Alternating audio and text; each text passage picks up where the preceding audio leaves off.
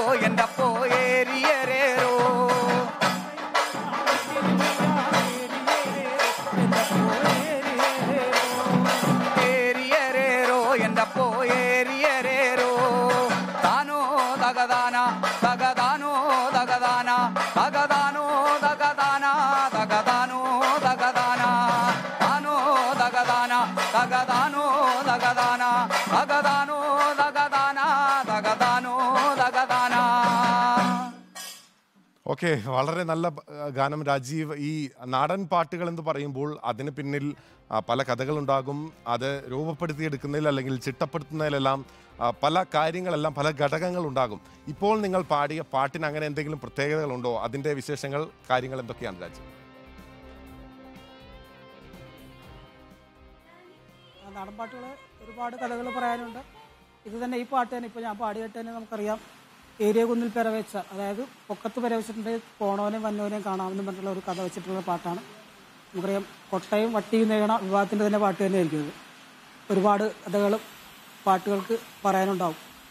അത്തരത്തിലുള്ള പാട്ടുകളാണ് നമ്മൾ കൂടുതലും പാടുന്നത്. നമ്മൾ അടുത്തൊരു പാട്ട് കൂടി നമ്മുടെ കൂട്ടുകാരത്തി പാടുന്നു. ഓക്കെ, ഉറപ്പായിട്ടും.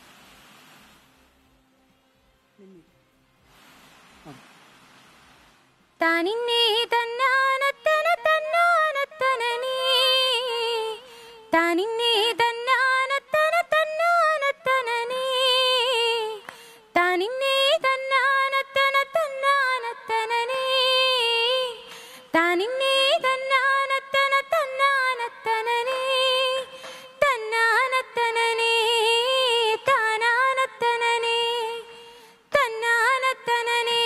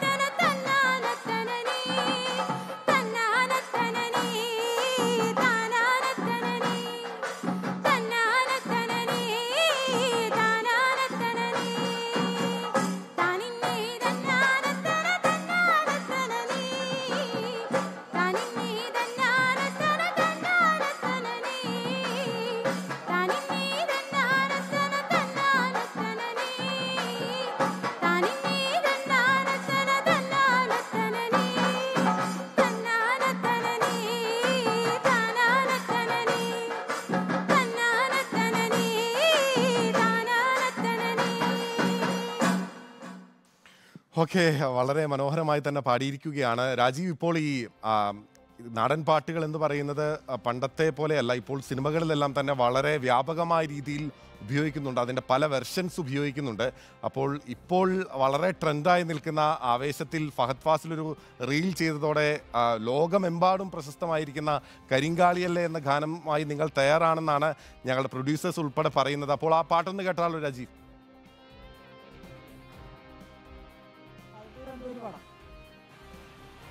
അനൂപ് പാടിയത് കരിങ്കാളിയല്ലേ.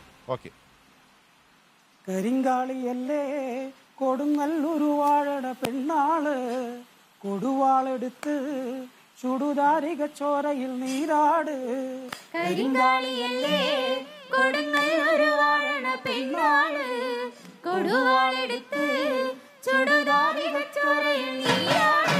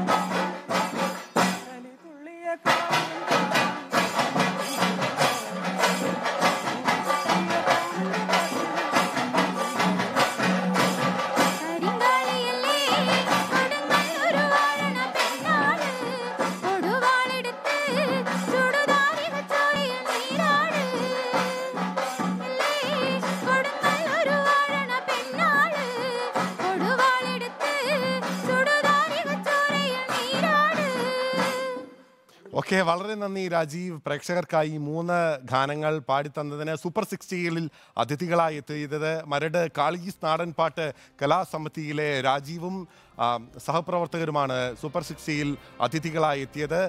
പ്രേക്ഷകരെല്ലാവരും ഈ പാട്ടുകൾ ആസ്വദിച്ചു എന്ന് കരുതുന്നു.